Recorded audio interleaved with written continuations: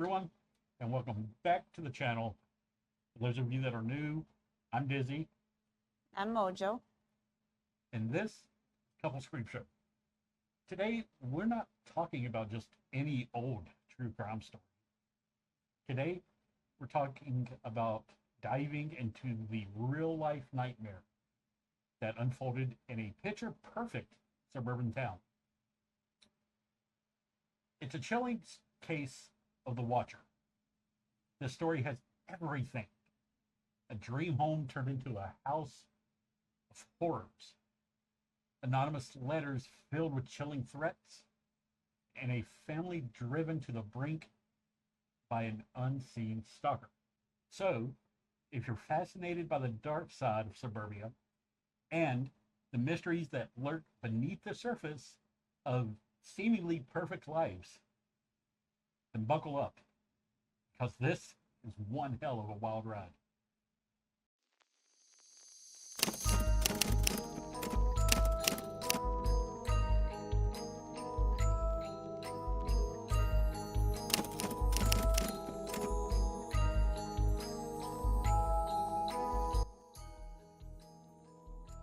Before we get into the details, let me set the scene first. It's Westerfield, New Jersey. Not Westerfield. Westfield, New Jersey. And it's the embodiment of an idyllic suburban living. Kind of like we do. Suburbia all the way, baby.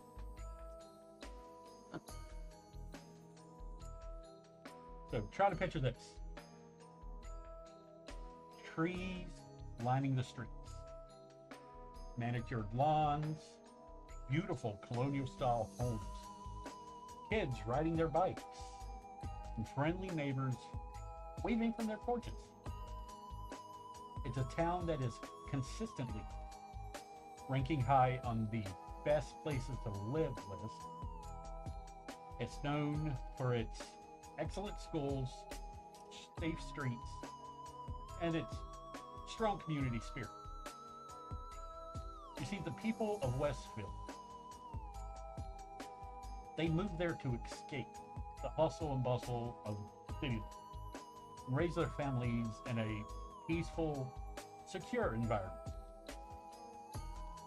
But every house has a history, and for 657 Boulevard, there's no exception. The house was built in 1905. This grand old house has seen families come and go, each leaving their own mark on the walls. Some say the house has a certain presence to it, a feeling, if you will, of being watched. And that was even before the Watcher entered the picture. Local historians have uncovered stories of previous residents, some eccentric, some troubled, and all that's done is add to the mystery and the mystique surrounding the property.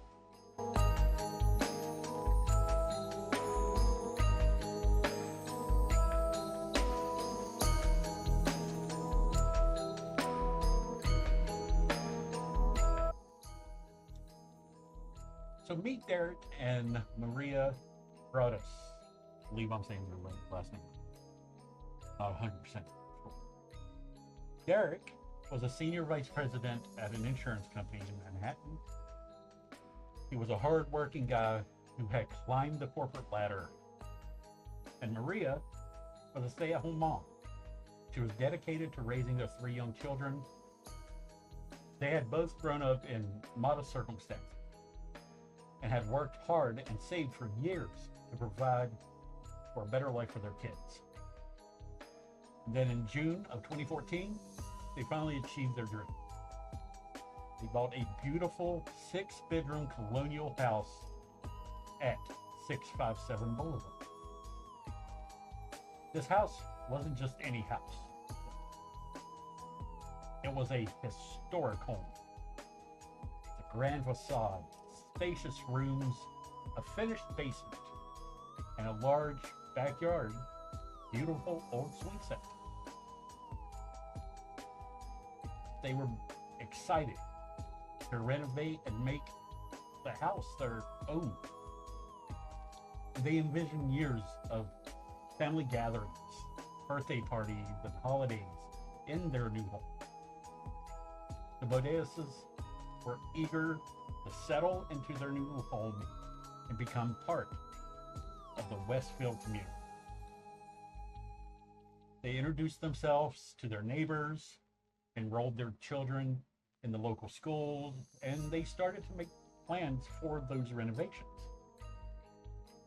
They wanted to update the kitchen, add a sunroom, and create a space where their family could live. They were filled with hope and excitement for the future. But they wouldn't be on this channel if it was that easy. And days after closing on the home and starting to move their belongings in, Derek found a white envelope addressed to the new owners in the mailbox. Initially, he thought it was a welcome note from the neighbor, maybe an invitation to a block party or a heads up about the local garbage collection schedule. But as he read the letter, typed in a very distinctive font, a chill ran down his spine. The letter read, "Dear newest neighbor at 657 Boulevard, allow me to welcome you to the neighborhood. 657 Boulevard has been the subject of my family for decades, and it approaches its 110th birthday. I have been put in charge of watching and waiting for its second coming. My grandfather watched the house in the 1920s. My father watched in the 1960s. It is now my time. Do you know the history of the house? Do you know what lies within the walls of 657 Boulevard? Why are you here? I will find out. You need to fill the house with the young blood I requested? Better for me. Was your old house too small for the growing family? Or was it great to bring me your children? Once I know their names, I will call to them. I will draw them to me. There are hundreds and hundreds of cars that drive by 657 Boulevard each day. Maybe I'm in one. Look at all the windows you could see from 657 Boulevard. Maybe I'm in one. Look out any of the many windows in 657 Boulevard. All the people who stroll by each day. Maybe I am one. Welcome, my friends. Welcome. Let the party begin. The Watcher.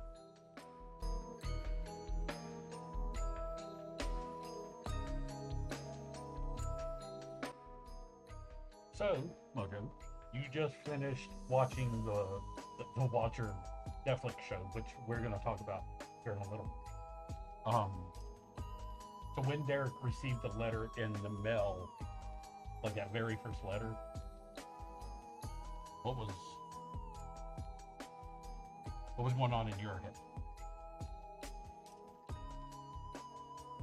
Made me want to watch it even more, continue to see who it would be. Curious, scared at the same time. What would have you done? Like, if it, like if we go out to check the mail and we get a fucking letter like that, like what do you like? What would you think?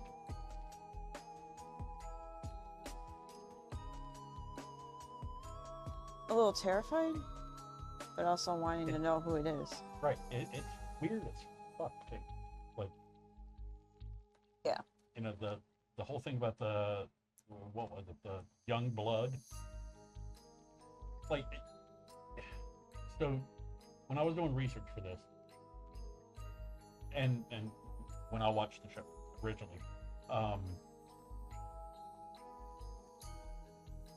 like, you know how some like older people call kids young blood, right?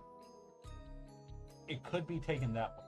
It could be just they're saying, do you feel the need to fill the house with kids? You know what I mean?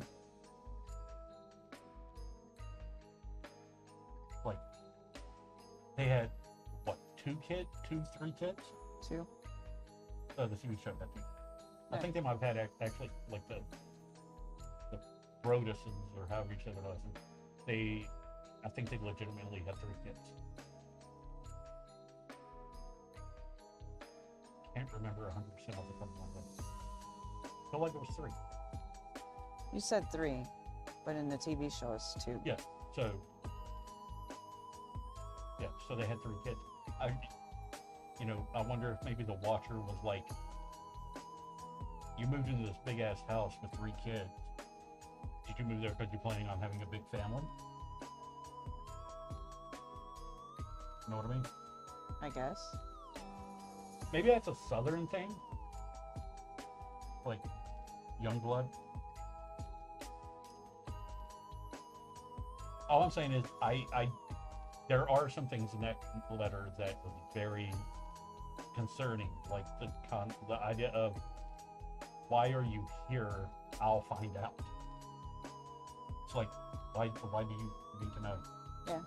But and how are you going? Well, I guess with it being completely anonymous, it could be anybody, and they just go, so what brought you here? And they'll tell them, like, oh yeah, just trying to get away from the city, start a new life. Mm-hmm. And then boom, they know now.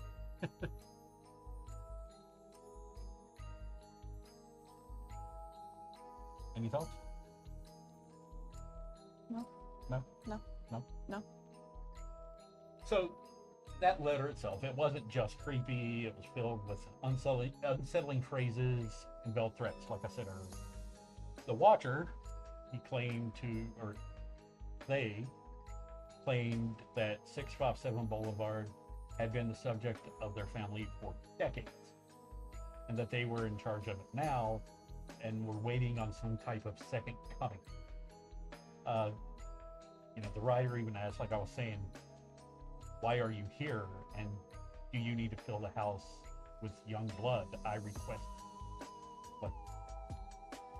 But one, when did you request that? Like, what happened there? The letters referred to the Brodus's children as young blood. Obviously, it's turned to them, and made disturbing comments about their age and appearances, like, I see them all in the windows. Have they found what lies within the wall? And will the young blood play in the basement, or are they too afraid to go down there alone? Me, I would have man-caved the fuck out of that basement. I would have. 100%. I'm putting a bar down. A fully functional bar. I'm going to pay for an excavator to come out and dig an entrance from the outside in. Good God. Derek and Maria, though, they pored over this letter. And we're trying to, decipher its meaning and identify who the sender could be. The language used in the letter, it was formal and archaic, suggesting someone older, or with a very unusual writing style. The references to Youngblood and the house's history were particularly chilling, implying a very deep-seated obsession. Derek and Marita, they wondered if it was maybe a prank, a disgruntled neighbor, or something far more sinister. Over the next few weeks, 2 more letters arrived. Each one of them ramped up the terror, providing more specific details about the family and the house. The Watcher mentioned the children by name, described their personalities, and even commented on the renovations Derek and Maria were planning, like adding a new sunroom. The letters made it very clear that the watcher was not just observing from afar, but actively stalking the family, and possibly even entering the house when they weren't home. One letter even mentioned a specific date and time when the family was out, implying that the watcher had been inside.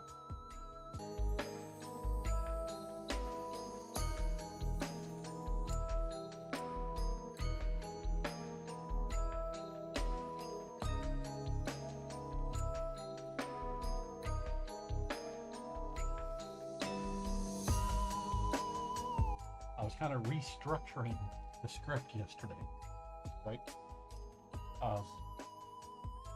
And I noticed I didn't put this in the script, but they never, like the actual family never actually lived in that house. They moved some stuff into it. They got everything set up for the, planned for the renovations. But when it came right down to it, they never moved into it because of the water. Yeah. Like they went through the process of like getting ready to move into it, but because of these letters, they never actually did.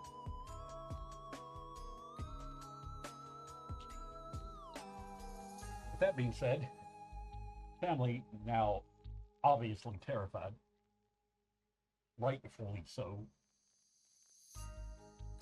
contacted the Westfield Police Department, and detectives took the threat really seriously. And they launched a full investigation, contrary to what they showed in there. They analyzed the letters for fingerprints and DNA, trying to identify the sender. They interviewed neighbors, former residents of the house, and anyone who might have a grudge against the Rotises, or a connection to 657 Boulevard. That would have to have been like a huge net. Like, think about it. You delivered mail to this house 5 years ago. We're gonna pull you in for an interview because you have a connection to it. Yeah. They even staked out the house, though. They were hoping, to obviously catch the watcher in the act. They looked into every possibility that it was a disgruntled contractor who had worked on the house in the past, or maybe a former resident who was upset that the house had been sold. But despite their efforts, police were unable to identify any credible suspects. The letters had been sent through the mail, meaning it was difficult to trace the origin. Fingerprints and DNA yielded no matches. The investigation seemed to be hitting a dead end, no pun intended, leaving the Bodeases, Rotises, feeling vulnerable and exposed. While the police were investigating, the Rotises took their own security measures. They installed a very sophisticated security system with cameras, motion detectors, and alarms. They even hired a private investigator to conduct surveillance and background checks on the neighbors. But the constant fear and uncertainty took a toll on their lives. They stopped letting their children play in the yard, worried that the watcher might be lurking nearby. They limited their social interaction, afraid to let anyone know their whereabouts. They even considered tearing down the house and rebuilding, hoping to break the cycle of fear and start over.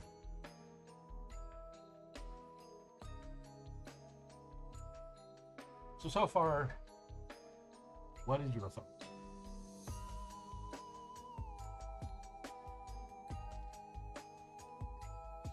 Like, I guess what I'm asking is, what do you think about it? Put yourself in their position.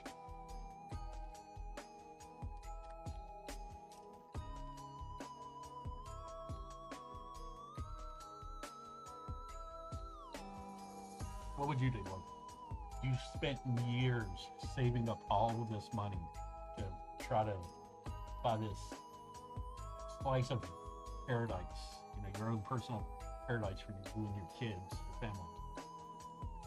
And then the first week that you're there, you get this letter. I mean, it's just a letter. Right, but the letter was very, very. It's just a letter, but that's how it started. And then, like, the letters got worse and worse and worse. And again, they're still letters. Nothing physically is going on or anything like that. It could easily. I mean, picture having someone knowing that having your blinds open. Think about this. How many people do you think drive past our apartment every day? How many people do you think walk their dogs past it? Now imagine if we started getting letters talking about things that go on inside of our apartment.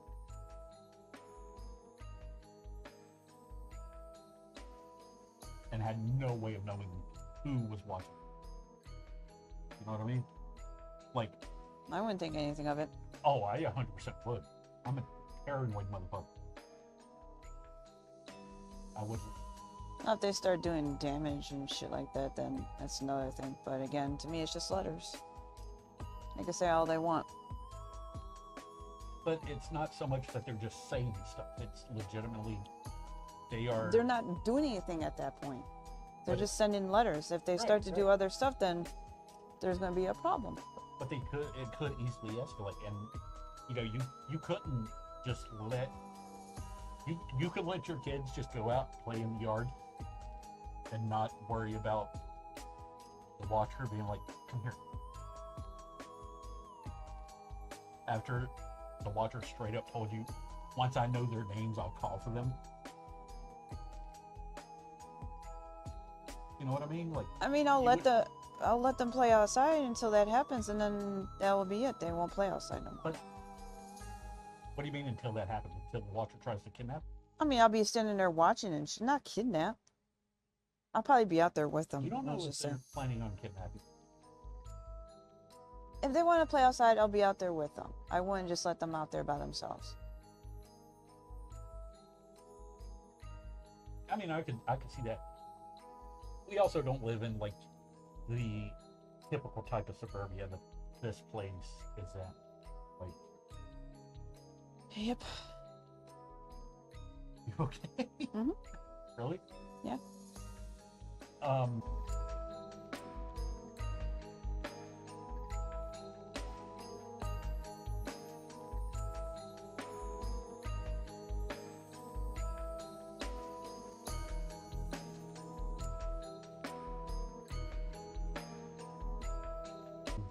So, the investigation was dragging on, and there was no clear suspects emerging.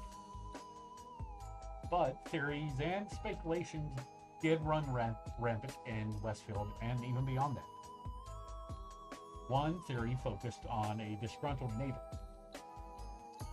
The Wotuses had made some changes to the house, like removing an old dumbwaiter, which that was terrifying. Remember when the little boy was going to have his lizard rat or ferret ride in the dumbwaiter? But they never removed it. In the show, they didn't. No. But they did in real life. There was also never a man in the dumbwaiter. No. That scared the shit out of me. And some speculated that a neighbor might be upset that these changes, or, just simply resentful for the new family moving in. Another theory, though, focused on a former resident of the house, perhaps someone with a grudge or a strong attachment to 657 Boulevard. Such as one former resident, a woman named Andrea Wood, who had lived in the house for 23 years. And she did write a letter to the Broaddus's before they moved in, expressing her love for the house and her hope that they would cherish it as she had. there was another intriguing possibility of the Langford family, who was depicted in the show. They lived next door to 657 Boulevard. They were an unusual family with several adult children who still lived at home. Some neighbors described them as reclusive and odd, and there were rumors that one of the Langford's son had a mental health issue. So it's going to be like the redhead old lady with The glasses. it's them. Which God, I don't know what it was. I just did not like seeing her at all. I don't know if it was this might sound horrible. I don't know if it's because she's too old for pigtails and that made me uncomfortable. Braided pigtails. Yeah, I don't know. I didn't like her voice. That too. The Broadduses became increasingly suspicious of the Langfords, especially after observing some strange behavior, like staring up at their house for long periods of time. That tree! One of the most disturbing theories was that the Watcher was someone within Broaddus family. The theory gained some traction because the letters contained details that only someone close to the family would know, like the nicknames the children used for each other. So not even nicknames that the parents had, but nicknames the kids had for each other. The police, they did investigate this possibility, but it created tension and suspicion within the family, adding to their already immense amount of stress.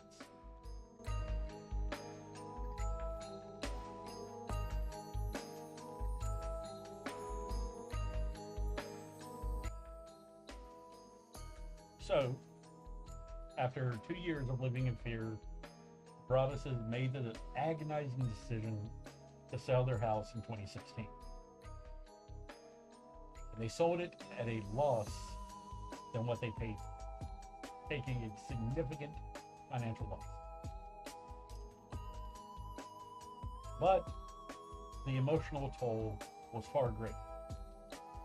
They had moved multiple times, hoping to escape the shadow of the Watcher, but the trauma lingered. Maria suffered from panic attacks and anxiety. Derek himself became withdrawn and suspicious. They filed lawsuits against the previous owners of the house for not disclosing the threatening letters they had received. They even sued the town of Westfield for not doing enough to protect them. The Broadduses' legal battles dragged on for years. That only added to their financial and emotional burdens. They felt betrayed by the previous owners, who had downplayed the significance of the letters that they had received. They felt abandoned by the Westfield police, who were unable to solve the case.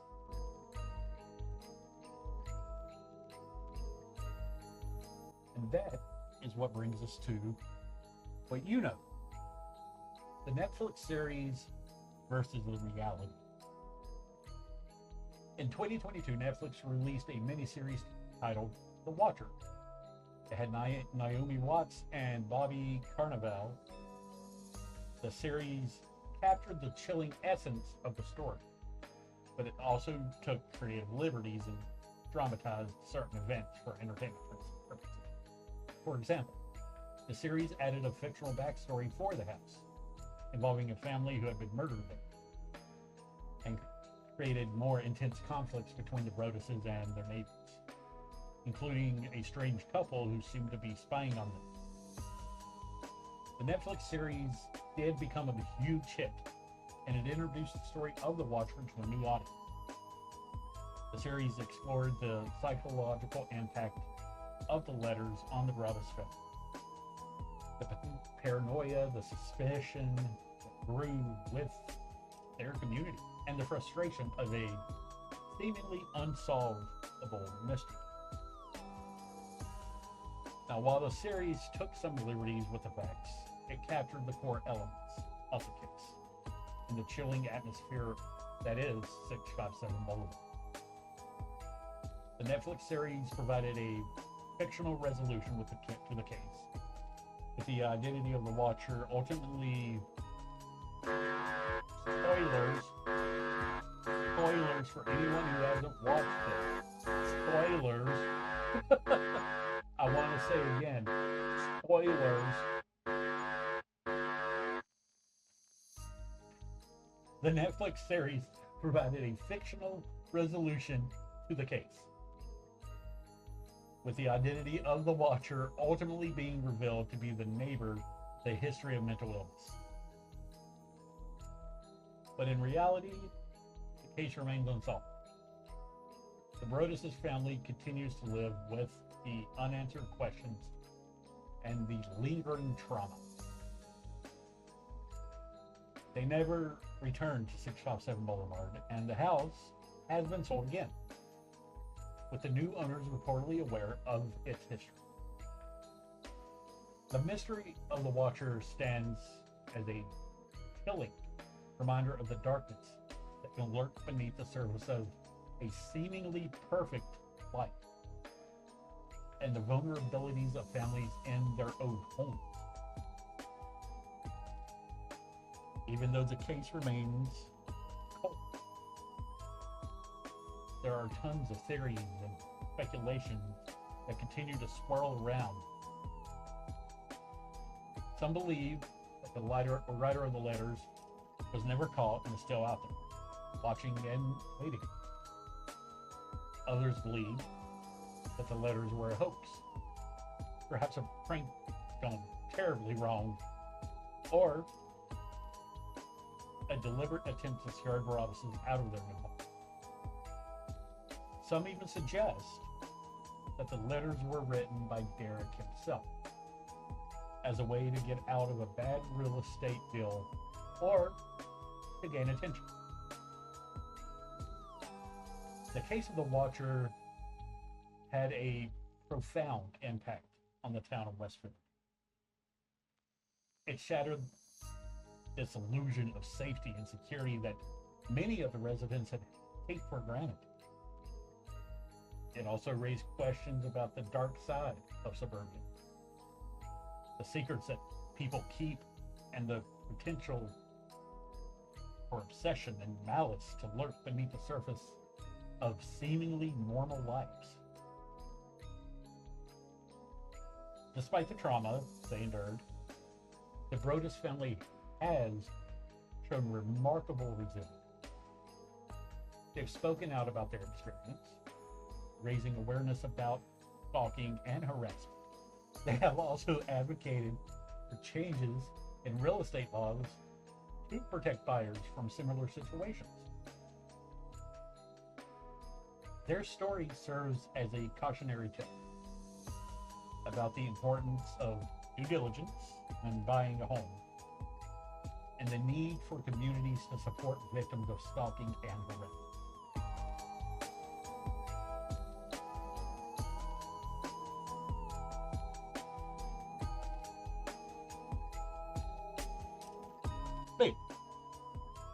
Hey, final thoughts.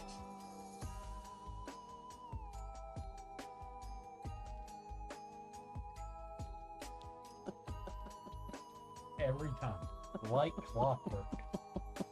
Like clockwork.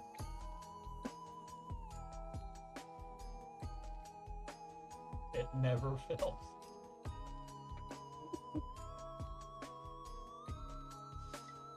We'll be right back. I gotta reboot my wife.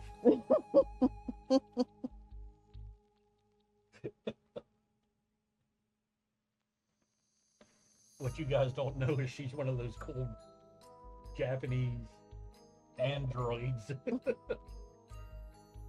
I gotta reset her. She needs a firmware update. Really?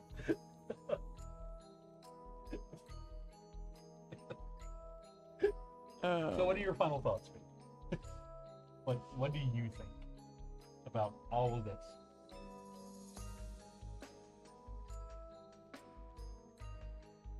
Give me something profound. You need to watch it. Oh my God, this They thing. need to watch the show. Yes. All right. You heard it here first. It's From Moses. very good. Watch The Watcher. I still want to know. You want to know what? It's still open. Yeah. Yeah. It's. Even though, like, I don't think it's ever going to be solved. there's got to be more than one. From watching No, the whole it thing. even From said- watching the whole thing. Well, it said in the first letter that, like, the Watcher's grandfather used to watch the house. The grandfather, or the dad used to watch the house, and now it's this person. So it's a generational thing. Like, being the Watcher gets passed down. No, at once. I mean, it could. It could 100% be. Well, watching it, yeah, I'm gonna say it could be more than one person. It's a blood cult. No, That that was stupid. That never I happened. don't know why they put that in. To make it more interesting. It's stupid. It made no sense. Well, there you have it, guys. The Watcher. It's a real life story that's more chilling than any horror movie. Mm. We've got creepy letters, a dream house turned nightmare, and enough suspects to fill a neighborhood watch meeting. Yep. Speaking of neighbors, what's the weirdest thing your neighbors have ever done? Let us know in the comments. We're always up for a good dose of over the fence drama. And do us a favor. While you're there, don't forget to like, subscribe, and hit that notification bell. Ring-a-ling that ding-a-ling, Jesus. so you don't miss out on more of our creepy cases. Now, as for us, Oh we God. have a lot of fruit baskets to buy. What does that got to do with We'll see you in anything? the next nightmare.